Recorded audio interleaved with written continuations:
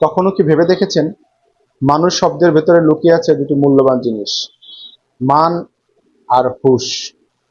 যার মান নেই সে অন্যকে সম্মান করতে জানে না, আর যার হুঁশ নেই সে ভালো মন্দের পার্থক্য বুঝতে পারে না। শুধু দুই হাত দুই চোখ মানুষের চেহারা থাকলেই মানুষ হওয়া যায় না।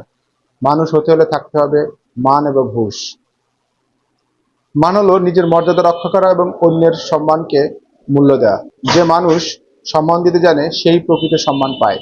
হুঁশ হলো বিবেক, বুদ্ধি এবং সঠিক সময়ে সঠিক সিদ্ধান্ত নেওয়ার ক্ষমতা।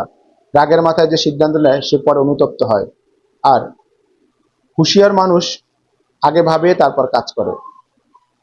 একটি বাস্তব উদাহরণ দিই। দুজন মানুষ একই রকম শিক্ষিত। একজন সবার সাথে ভদ্র ব্যবহার করে, ভুল করলে ক্ষমা চায়। অন্যজন অহংকার করে, কাউকে সম্মান করে না। আপনি কাকে প্রকৃত মানুষ বলবেন?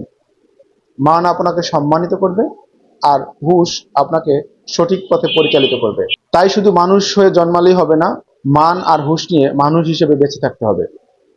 আপনি কি মনে করেন আজকের সমাজে মানুষ হওয়ার জন্য সবচেয়ে বড় বেশি কোনটির দরকার, মান, হুঁশ নাকি দুটোরই? আপনার মতামত কমেন্টসে লিখুন। আর এরকম চিন্তাশীল ভিডিও পেতে অবশ্যই ফলো করতে ভুলবেন না। ভালো থাকবেন, কথা হবে আবার।